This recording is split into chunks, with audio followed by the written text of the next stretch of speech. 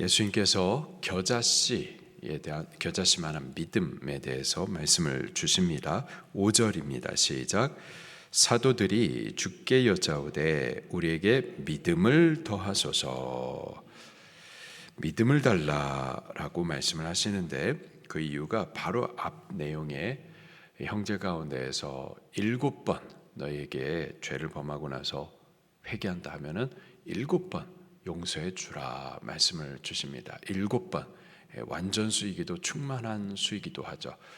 제한 없이 용서해 줘라 라는 말씀을 받았었던 거예요. 그 말씀에 대해서 사도들의 반응이 우리는 못하겠습니다. 믿음을 더 주시옵소서. 그러면 할 수 있겠지만 우리로서는 못하겠습니다.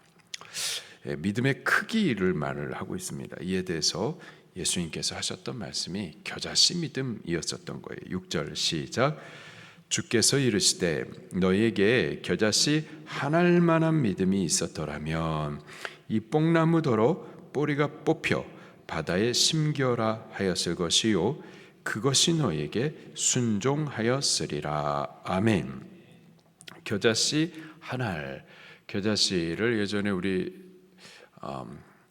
선물을 주셨는데 우리 전유진 권사님께서 이게 깨보다도 작은 크기예요. 그래서 잘 보이지 않는 거죠. 보자면은 보이겠지만은 잘 보이지 않는 크기입니다. 이런 작은 크기의 믿음만 있었더라도 무슨 말이냐면은 지금 믿음을 더하소서, 더 큰 믿음을 말하는데 이게 크기의 문제가 아니라라는 겁니다. 믿음의 참됨의 문제인 거고, 참된 믿음이라면은 겨자씨만 하더라도 분명히 역사가 나타난다라는 거예요. 어떤 역사가 나타나는가 보니 이 뽕나무더러 뿌리가 뽑혀 바다에 심기어라 하였을 것이요 그렇게 순종하였으리라.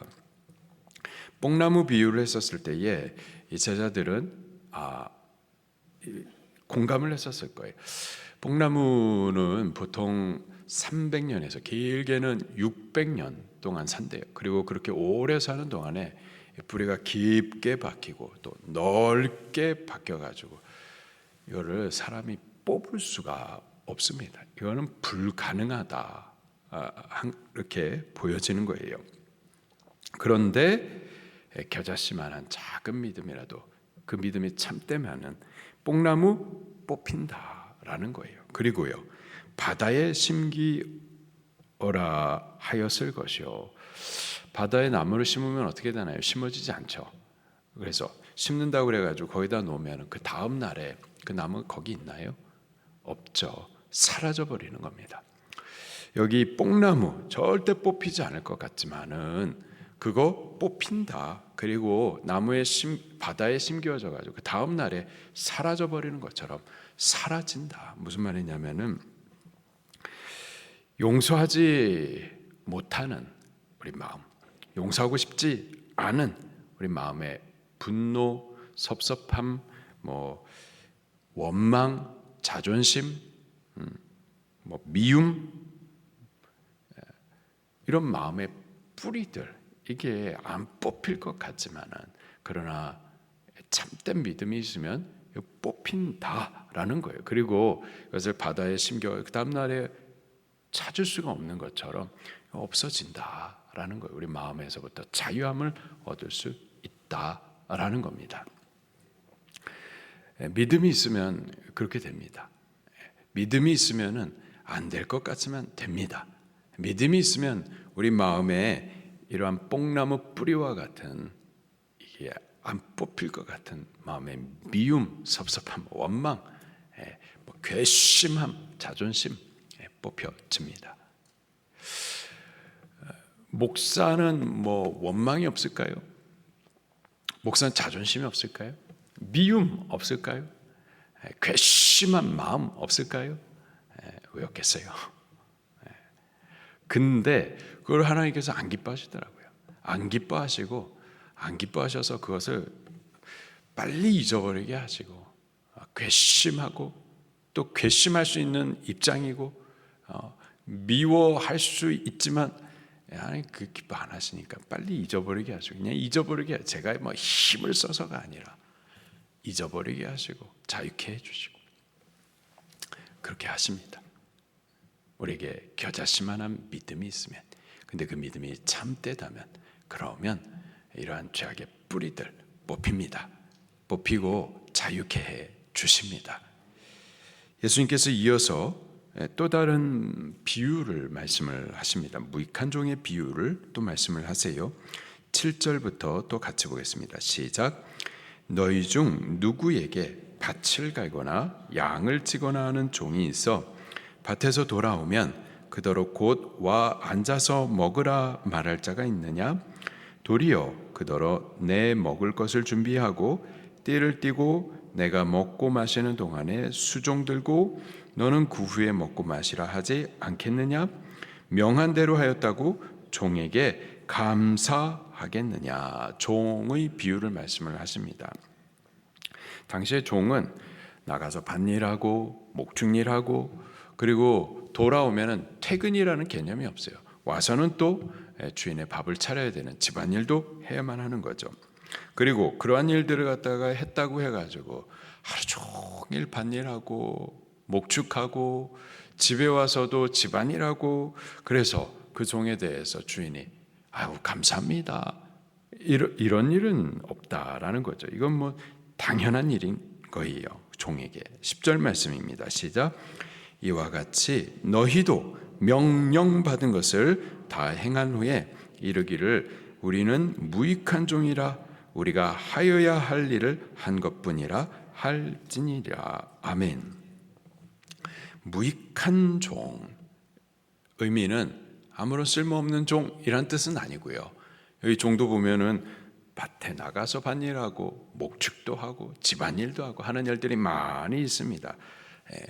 그러나 여기서 무익한 종이라는 의미는 나는 쓸데없는 종이라는 의미가 아니라 이런 많은 일을 한 이후에 내가 이렇게 했으니까 어떻게 해주세요, 무엇을 요구할 수 없고 또는 생색낼 수 없고 내 이렇게 많은 수고를 했으니 공로를 내세울 수 없는 자입니다 라는 의미인 겁니다.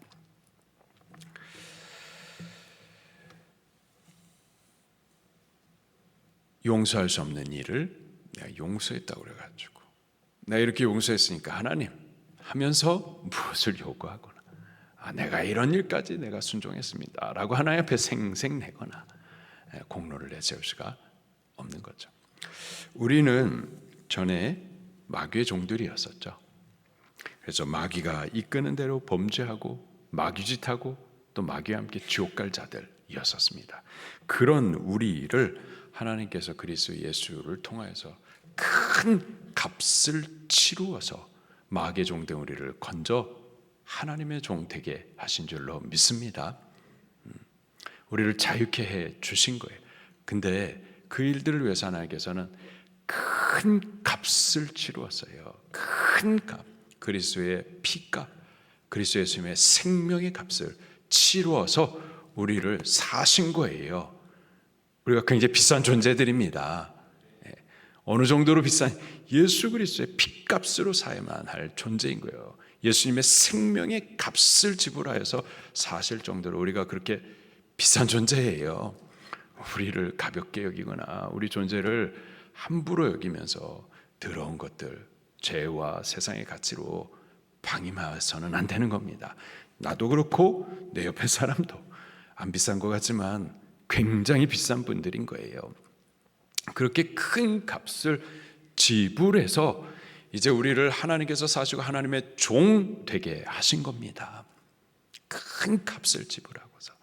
그런 우리에게 이제 하나님께서 말씀을 주시고 그 말씀을 명령으로 우리가 받는데 그 명령을 따라서 하나님을 섬기고 하나님을 순종하여서 형제를 용서했다 해가지고 내가 이렇게까지 순종했으니 하나님 뭘 좀 주셔야 되지 않겠습니까?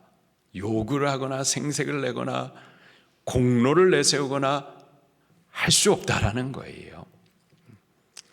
형제를 용서하는 것은 명령이고 그리고 이 일을 했다 해가지고 우리가 요구할 수 있는 것이 아니라 우리가 하여야 할 것을 한 것뿐이다. 당연하다라는 겁니다. 당연하다.